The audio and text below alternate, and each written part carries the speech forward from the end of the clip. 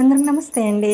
పుష్ప బ్లాగ్స్కి స్వాగతం. ఈ రోజు మన వీడియోలో మంచి రుచికరమైన రాయలసీమ స్పెషల్ ఎల్లిపాయ కారం ఎలా చేయాలో చూపించబోతున్నాను. మామూలుగా మనకు జ్వరం వచ్చినప్పుడు జలుబు అయినప్పుడు ఏం తినబుద్ధి కాదు కదండి. అలాంటప్పుడు ఎల్లిపాయ కారం చేసుకొని వేడి వేడి అన్నంలో వేసుకొని కాసంత నెయ్యి వేసి తింటే సూపర్ టేస్ట్ గా ఉంటుంది. అమ్మమ్మలు నానమ్మలు ఎక్కువ చేసుకొని తినేవాళ్ళండి ఈ ఎల్లిపాయ కారాన్ని. ఈ కారము నిల్వ కూడా ఉంటుంది. మరి ఎలా చేయాలో చూసేద్దామా? ఓకే అండి, వీళ్ళకి వెళ్ళిపోదాం. ముందుగా రోట్లో 3 టేబుల్ స్పూన్ల కారం పొడి, పావు టేబుల్ స్పూను రాళ్ళ ఉప్పు, సగం టేబుల్ స్పూను జీలకర్ర, 20 పొట్టు తీసిన ఎల్లిపాయలు వేసుకోవాలి. రాళ్ళ ఉప్పు అందుబాటులో లేకపోతే నార్మల్ సాల్ట్ అయినా వేసుకోవచ్చండి. మీరు తినే విధంగా వేసుకోండి, టేస్ట్కి సరిపడా. ఇప్పుడు మనం దంచుకోవాలండి. కచ్చా పచ్చ దంచితే సరిపోతుంది, మరి సన్నగా పేస్ట్లా చేయకూడదు. మిక్సీలో వేసుకోవాలనుకున్న వాళ్ళు వేసుకోండి, కానీ కొద్దిగా బరకగా వేసుకోండి. ఎల్లిపాయలు అక్కడక్కడ చిన్న చిన్నగా కనిపించాలండి ఈ ఎల్లిపాయ కారానికి, అప్పుడే బాగుంటుంది.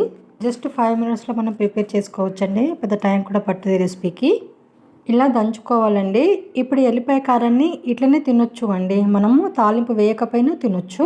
అలాగే ఎల్లిపాయ కారాన్ని దోశ వేసేటప్పుడు దోశ పైన వేసుకొని దోశ చేసుకున్న, ఇడ్లీ పైన వేసుకొని తిన్నా సూపర్ టేస్ట్గా ఉంటుంది. ఇప్పుడు మనం తాలింపు వేసుకుందామండి, ఇంకా సూపర్ టేస్ట్గా ఉంటుంది.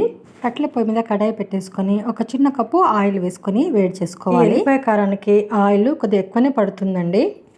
ఆయిల్ వేడిన తర్వాత సగం స్పూన్ ఆవాలు, సగం స్పూన్ జీలకర్ర, 1 స్పూన్ శనగపప్పు, 1 స్పూన్ మినపప్పు, పొట్టున ఎల్లిపాయలని కచ్చపచ్చ దంచుకొని వేసుకొని, 2 మిరపకాయలని ముక్కలుగా చేసి వేసుకొని, కొద్దిగా కరివేపాకు కూడా వేసేసుకొని లో ఫ్లేమ్ లో పెట్టుకొని దూరగా వేయించుకొని దింపేసుకొని, అందులో ఇప్పుడు మనం ముందుగా దంచి పెట్టేసుకున్న కారం పొడిని వేసేసుకొని కలిపేసుకోవాలి. ఎల్లిపాయ కారము ఎక్కువ ప్రిపేర్ చేసుకొని మనం స్టోర్ కూడా చేసుకోవచ్చండి.